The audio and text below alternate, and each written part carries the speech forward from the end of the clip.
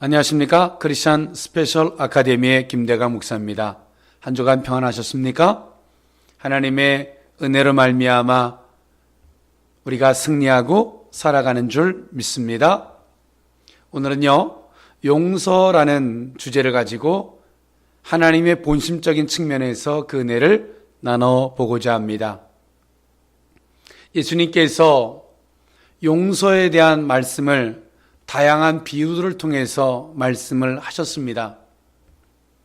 그리고요, 예수님의 수제자였던 베드로는요, 내가 7번만 용서하면 되겠습니까? 라고 예수님 앞에 보다 더 율법적인 측면을 초월해서 이야기를 했고요. 예수님은 그 열정적이었던 베드로에게 이렇게 말씀하십니다. 70번에 7번도 용서해라. 아마 베드로가 예수님의 이 답변을 듣고 좌절했을지도 몰라요. 우리가 살아가면서 용서라는 거 참 쉽지 않은 요소입니다. 그런데 예수님께서 그 베드로에게 70번에 7번도 용서하라. 뭐 산술적 개념을 넘어서 오늘 예수님 말씀하신 이 개념은 무한대적으로 용서하라는 개념이었죠. 내가 죽을 때까지 지속적으로 계속 용서해야 된다. 얼마나 어려운 요소일까요? 우리가 용서하려고 애를 쓴다고 해서 용서가 될까요? 우리는 그 의미를 좀 더 깊이 있게 오늘 이 강의 시간을 통해서 살펴보고자 합니다. 그 대표적인 하나의 사건을 비유를 들까 합니다. 성경에 요셉이라는 인물이 있죠. 그가 어렸을 때 꿈을 꾸고 그 꿈으로 말미암아 형들이 또 아버지에게 총애를 받았던 요셉, 형들이 그 요셉에 대해서 시기와 질투감을 느껴서 요셉을 팔아버리게 되죠. 형제였고 아우였음에도 불구하고 말입니다. 사실은 예수 그리스도의 모형의 사건이기도 합니다. 그런데요, 그 요셉이 그 형들을 나중에 만났을 때에 대하는 태도, 그걸 보면 용서의 개념이 무엇인지를 우리에게 잘 보여주고 있어요. 요셉은 그렇게 말해요. 형들이 요셉에 향해서 용서를 구할 때 요셉은 그렇게 말하죠. 그것을 감정의 요소로 받지 않았어요. 왜냐하면 요셉이 애굽으로 와서 하나님을 경험하고 그리고 그는 총리가 되어서 이제 애굽의 치리자가 됩니다. 그리고 7년의 풍년과 7년의 흉년을 통해서 이제 요셉은 하나님의 섭리와 계획을 살필 수 있는 안목의 소유자가 되죠. 그리고 요셉은 형들이 용서를 구할 때 그 앞에서 두려워 떨 때에 요셉은 그렇게 말합니다. 하나님께서 우리 가족의 구원을 위해서 그렇게 일했음을 고백하고 있죠.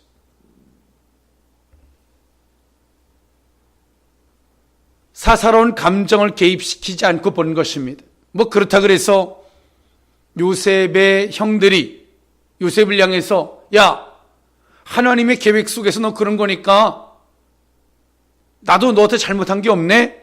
그런 개념은 아니죠. 오늘 우리는 불의의 도구로 쓰임받아서는 아니 될 줄 믿습니다. 하나의 비유를 들까요? 어느 집사님이 예식장에 가려고 가는데 슈퍼 아주머니가 물을 끼얹었고 그 물에 의해서 옷이 더러워졌어요. 그리고 슈퍼 아주머니한테 항의를 합니다. 슈퍼 아줌마가 말합니다. 내가 물 끼얹을 때 네가 지나가지 않았느냐? 누구 말이 맞을까요? 둘 다 맞죠. 집사님 입장에서 보면 내가 지나갈 때 물을 끼얹은 거고요. 또 슈퍼 아주머니 입장에서 보면 어떻습니까? 내가 물을 끼얹을 때 네가 지나가지 않았냐는 거예요. 둘 다 맞아요. 그런데 그것으로 싸움이 종결될 수 있나요? 그럴 수 없어요.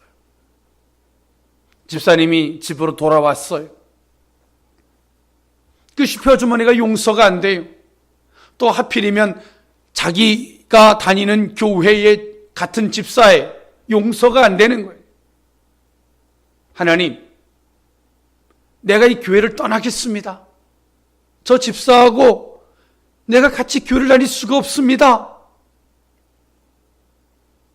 예, 목사님에게 전화를 했어요. 목사님, 이 사건을 이야기하니까 목사님 뭐라고 말했겠습니까? 집사님, 용서하세요. 모르고 한 행동입니다. 용서하세요. 또 전사님에게 전화를 했어요. 전사님 뭐라고 그랬는지 아십니까? 예수님이 하셨던 것처럼 집사님도 용서하세요. 그런데요, 2시간 후에 남편에게서 전화가 왔어요. 당신 지금 어디냐는 거예요. 나 집이라고, 이마저마해서 집이라고. 왜 그러냐고 물으니까 남편 입에서 한 말이, 예식장에 불이 나서 몇 사람이 죽었다는 거예요.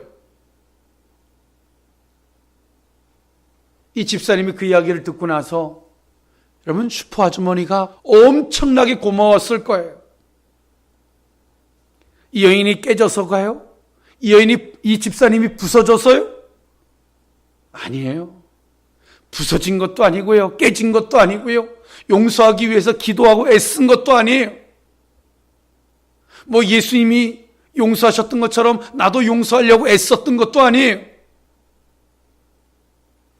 그러면 이 여인이, 이 집사님이 그 슈퍼 아주머니를 어떻게 용서할 수 있었을까요? 하나님의 뜻하심을 안 겁니다. 아, 하나님이 나를 위해서 이렇게 하셨구나. 아, 하나님이 나를 위해서 이렇게 하셨구나. 아, 하나님께서 나에게 그 화를 맞게 하시려고 이렇게 하셨구나. 우리는요, 이 용서라는 개념은요, 우리가 사사롭게 인간의 감정, 내가 보는 시선, 내가 보는 관점, 내가 보는 의식, 그 속에서는 오늘 예수님이 말씀하셨던 것처럼 70번에 7번을 용서한다는 것은 무지막지한 것입니다. 일방적으로 줘 맞고 살라는 것과 똑같은 것입니다. 그런데요, 오늘 이 집사님의 고백과 같이 하나님의 뜻을 알고 나니까 어떻습니까? 감정이 개입될 필요가 없고 도리어 고마운 것이죠. 그렇다 해서 그 슈퍼 아주머니가 잘한 일일까요? 그런 개념은 아니에요. 그죠? 예수님께서 온 인류의 구원을 위해서 십자가에 못 박혀 죽으셨어요. 그렇다 해서 가룟 유다가 도구로 쓰임 받았어요. 그렇다고 해서 그 가룟 유다가 좋은 일 한 걸까요? 그렇진 않습니다. 그는 불의의 도구가 된 것입니다. 그것은 반드시 용서를 구해야 하는 덕목입니다. 그러나 그 당사자 입장에서는 어땠을까요? 은혜지요. 하나님의 뜻을, 하나님의 섭리를 알고 그 속에서 바라보니까 모든 것이 은혜가 되는 것입니다. 모든 것들이 감격이 되는 것이죠. 모든 것들이 고마움이 되는 거예요. 여러분, 70번에 7번을 용서할 수 있겠습니까? 노력해 보십시오. 쉬운 게 아닙니다. 우리 힘으로 할 수 있는 것이 아닙니다. 베드로가 7번만 하면 되겠습니까? 의지적인 요소로 고백했고요. 예수님은 말씀하시죠. 70번에 7번도 용서해라. 사람의 힘으로 할 수 없는 그 이상을 말씀하고 있는 거예요. 여러분, 얼마나 우리가 용서할 수 있을까요? 저는 개인적으로 그렇게 생각합니다. 한 번의 용서도 그건 인간이 할 수 있는 요소가 아니라고 생각해요. 그는 하나님의 은혜가 있어야 한다라고 저는 여깁니다. 우리가 노력하는 거, 이런 것 말고요. 우리가 노력해서 용서할 수 있는 거, 흉내는 낼 수 있을 줄 몰라도 우리 속에서 끓어오르는 그 감정의 요소, 눌러놓으면 또 떠오르고 눌러놓으면 또 떠올라요. 진정한 용서가 아니에요. 흉내는 내고 또 따라할 수 있을 줄은 몰라요. 그러나 진정한 용서의 개념은 아닐 거예요. 예수님은 우리에게 그런 용서를 우리에게 요구하고 원하고 있는 것은 아닙니다. 성경 한 구절 보고자 합니다. 창세기서 42장 9절에 요셉이 그들에게 대하여 꾼 꿈을 생각하고 그들에게 이르되 너희는 정탐꾼이라 이 나라의 틈을 엿보려고 왔느니라 라고 요셉은 말해주고 있어요. 요셉은요, 항상 자신에게 말씀하셨던 하나님의 말씀을 기준으로 오늘 그 형들을 대하고 있어요. 이 모든 일들이 우연이 아니라는 것이죠. 즉 자기의 어떤 감정을 개입시켜서 바라보지 않습니다.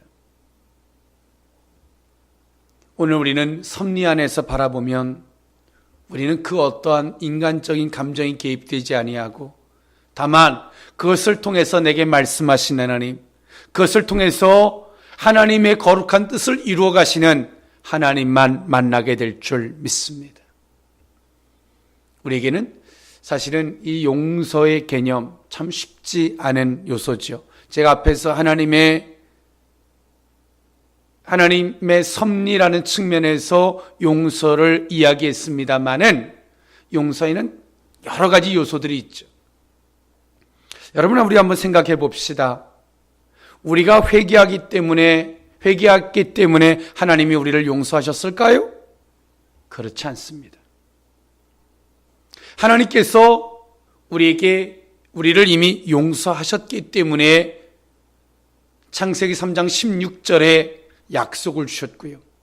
하나님께서 이미 우리를 용서하셨기 때문에 예수님을 이 땅에 보내주신 것입니다. 그럼 우리는 회개를 왜 해야 될까요? 회개할 때 그 용서의 은혜가 입혀지는 것입니다. 회개하기 때문에 용서를 받는 것이 아니라 이미 용서하셨고요. 회개했을 때 그 용서가 내 것이 되는 것입니다. 우리는 가해자와 피해자의 관계가 있습니다. 가해자가요, 피해자한테 억만금을 갖다 줬다 그래서 그 피해자가 나를 용서해야 된다라고 하는 상대성 존재하지 않습니다. 피해자의 용서는요, 고유적인 용서입니다. 억만금을 갖다 주고 그 앞에 가서 수십 번 절을 한다고, 내가 그 사람 앞에 가서 일평생 노력한다 그래서 피해자가 당연히 내게 용서해야 된다, 이런 거래가 아닙니다. 용서는 피해자의 절대의 몫입니다. 우리가 회개하기 때문에, 내가 그 앞에 가서 용서를 구하기 때문에 피해자가 가해자에게 할 수 있는 은혜이지, 가해자가 노력했기 때문에 피해자는 당연히 용서해야 되는 개념이 될 수는 없다는 것입니다. 즉, 오늘 우리가 회개하기 때문에 하나님은 당연히 우리를 용서하셔야 한다? 그렇지 않습니다. 하나님의 용서는요, 우리에게 고유적인 은혜입니다. 그분은 피해자이시거든요. 우리를 이렇게 창조하셨는데 오늘 우리가 범죄함으로 우리는 하나님 앞에 가해자가 된 것입니다. 즉, 피해자이신 하나님께서 우리를 용서하시는 것은 그분의 고유의 권한이십니다. 우리가 회개하고 노력하고 그러기 때문에 하나님께서 당연히 우리를 용서하셔야 돼 라고 이런 말은 존재할 수 없습니다. 오늘 우리는 알아야 합니다. 우리가 회개하는 것은요, 이미 용서를 받고 하는 감격의 회개인 것을 우리는 알아야 합니다. 자유의 회개고요, 감격의 회개고요, 은혜의 회개고요, 하나님 앞에 불쌍히 여김을 받은 회개인 줄 믿습니다. 그래서 우리가 회개하면서도 죄책감에 매여 있는 것은 옳지 않은 것이지요. 그런데 오늘 우리는 어떻습니까? 하나님께서 우리를 용서하신 것을 더 크게 보고 있습니까? 아니면 지금 내가 회개하고 있는 걸 더 크게 보고 있습니까? 회개는 방법론이 될 수 없습니다. 여러분, 진정한 하나님의 은혜와 복음을 아는 사람은 하나님의 용서를 크게 보지 우리가 아는 회개를 크게 보지 않습니다. 또 누가 진정한 참된 회개를 할 수 있겠습니까? 하나님의 용서를 아는 자가 그 은혜에 회개를 할 수 있게 되는 줄 믿습니다. 가해자와 피해자가 있어요. 피해자가 용서해 줄 마음이 없다면요, 가해자를 내 집에 들이지도 않아요. 어떤 말을 들으려고도 하지 않는 것입니다. 오늘 우리는 이 용서의 개념, 누구 입장에 서 있을까요? 하나님 입장에 서 있는 이 용서의 개념, 하나님의 본심적인 측면의 이 용서의 개념을 알 수 있기를 원합니다. 회개라는 중심에서부터 출발되어진 용서는요, 조건이 되고 거래가 되는 거예요. 그러나 하나님 용서로부터 온 회개는요, 은혜일 뿐입니다. 회개가 중요한 것이 아니라 용서가 중요한 은혜인 것이죠. 오늘 이 비밀을 안다면 오늘 우리에게는 이 복음의 큰 은혜 속에서 살아가게 되는 것인 줄 믿습니다. 오늘 요셉은요, 형들이 아버지가 죽고 나와서 다시금 요셉에게 용서를 구할 때 요셉은 가슴이 아팠을 거예요. 왜 그랬을까요? 형들은 여전히 인간과 인간의 관계 속에서 그 모든 것들을 말하고 있는 거예요. 그러나 요셉은 어떻습니까? 하나님의 말씀을 기준으로 그 모든 것들을 바라보고 있는 것입니다. 여러분, 어떤 용서를 하고 계십니까? 불교적 용서, 부처가 자비했기 때문에 너희도 자비해라. 유교적 용서, 이해의 덕목으로서의 용서를 이야기하고 있다면 우리는 무늬만 기독교이지 불교의 개념과 유교의 개념을 가리키고 있는지도 몰라요.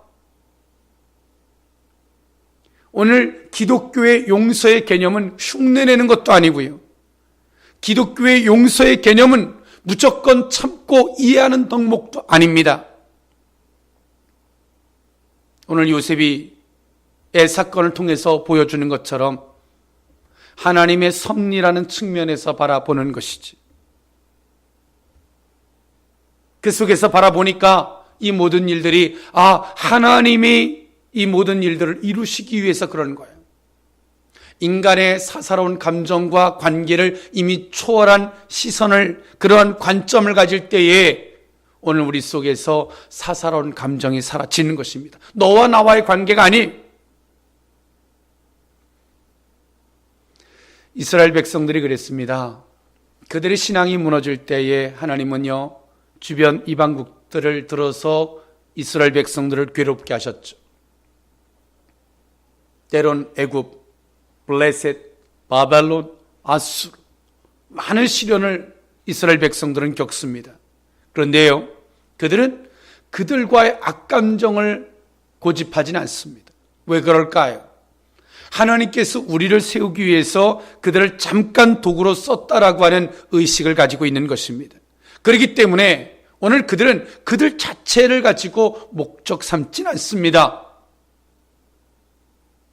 오늘 우리는 우리가 아는 그 용서의 개념을 우리는 올바르게 정리를 해야 합니다.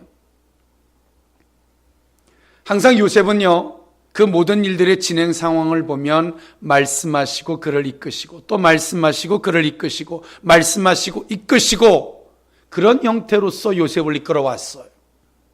어렸을 때에 그 꿈을 꾸게 하고 또 애굽으로 팔아오게 하시고, 또 요셉이 그 꿈을 해석하고요, 또 7년의 풍년과 7년의 흉년에 대한 바로의 꿈을 해석하고 또 그 속에서부터 대비하고 또 형들과의 만나는 사건, 이 모든 것들을 하나님의 말씀을 기준으로 보죠. 그러나 만약에 요셉도요, 하나님의 말씀, 하나님의 섭리, 이 모든 것들을 배제하고 형들을 바라봤다면 어땠을까요? 야, 네가 형이냐? 할 수밖에 없겠죠. 요셉을 구덩이에 던진 자들입니다. 요셉을 상단에 판 자들입니다. 그리고 아비한테 가서 죽었다고 통보한 자들입니다. 인간적인 입장으로 바라보면 용서가 되겠습니까, 여러분? 한 인간을 송두리째 무너뜨려 놓은 거예요. 여러분, 용서가 되겠습니까? 저 같으면 안 될 것 같아요. 안 되죠. 그 앞에 와서 찾아와서 고개 숙인다고 용서해야 됩니까? 안 되죠. 근데요, 요셉은 하나님의 말씀을 기준으로 보면서 그들을 용서해요. 근데요, 요셉도 하나님의 말씀을 기준으로 보니까 사사로운 감정으로 보지 않죠. 그런데요, 요셉이 그 형들을 이미 마음으로는 용서했죠. 그들을 바라보죠. 근데 요셉이 그냥 무조건 가서 끌어안고 무조건 가서 웁니까? 그렇지 않아요. 요셉은요, 그들에게 무엇이 잘못됐는지를 철저하게 인지시키죠. 그들의 자루에, 곡식의 자루에 잔을 숨기게 하고, 그들을 철저하게 그 요셉을 팔은 사건을 철저하게 기억하게 하고, 그 모든 것들이 우연한 사건이 아니라 하나님 앞에서 너희들이 잘못된 것을 요셉은 충분히 인지하게 만들어줍니다. 두렵게 만들죠. 요셉이 형들이 그런 마음을 가졌기 때문에 용서한 건 아니에요. 이미 용서했죠. 이미 하나님의 관점으로 바라보니까 사사로운 감정이 없어요. 감정이 없다는 것은 이미 용서 따위가 필요 없게 된 것이죠. 그런데요, 오늘 그 요셉이 그 형들에게 그것 하나만큼은 깨우쳐주고 싶은 거죠. 그 아우를 판 것에 대해서 하나님 앞에서 두려운 마음을 가질 수 있도록, 나는 이미 너를 용서한 거예요. 하나님의 말씀을 기준으로 보니까요, 사사로운 감정으로 난 너를 보지 않는다는 거죠. 그러나 하나님 앞에서 넌 용서를 구해야 돼. 하나님 앞에서 그것이 얼마나 두렵고 잘못된 일이었는지에 대한 자복을 해야 한다고 요셉은 깨우쳐주고 있는 거예요. 여러분, 우리는 70번에 7번도 용서해야 합니다. 그러나 자신이 잘못한지도 모르는 사람을 무조건 끌어안고 용서하는 이런 개념이 아니죠. 하나님의 섭리를 알기에 사사로운 감정으로 바라보지 않는 용서의 개념과요, 또 그것을 잘못한지를 모르고 있다면 우리는 그들의 잘못된 것을 철저히 깨우쳐줘야 돼. 하나님 앞에서 그것이 나하고의 관계를 넘어서 하나님 앞에 분명히 잘못된 것이거든요. 그것을 깨우쳐줘야 돼요. 그리고 그를 한 형제로서 대하는 거예요. 이 현명함이, 이 지혜가 저 여러분에게 필요합니다. 이것이 그리스도인들의 지혜입니다. 오늘 이 용서의 개념, 우리의 의지적 용서의 개념을 예수님 말씀하고 있는 것이 아니지요. 하나님의 섭리, 하나님의 말씀 안에서 모든 걸 바라볼 때 인간의 사사로운 감정을 초월할 수 있는 이 용서의 개념인 것을 믿습니다. 오늘 성도라면 기도하십시오. 하나님의 섭리와 말씀을 기준으로 우리의 주변의 모든 것들을 바라볼 수 있기를 원합니다. 사사로운 감정을 초월하게 될 줄 믿습니다. 그리고 회개를 중심으로 바라보는 용서가 아니기를 원합니다. 용서를 중심으로 한 회개를 바라봄 속에서 오늘 저와 여러분 속에 그 회개가 은혜의 회개임을, 감사의 회개가 됨을 기억하는 저와 여러분의 신앙이 되었으면 좋겠습니다. 지금까지 크리스천 스페셜 아카데미의 김대광 목사였습니다. 감사합니다.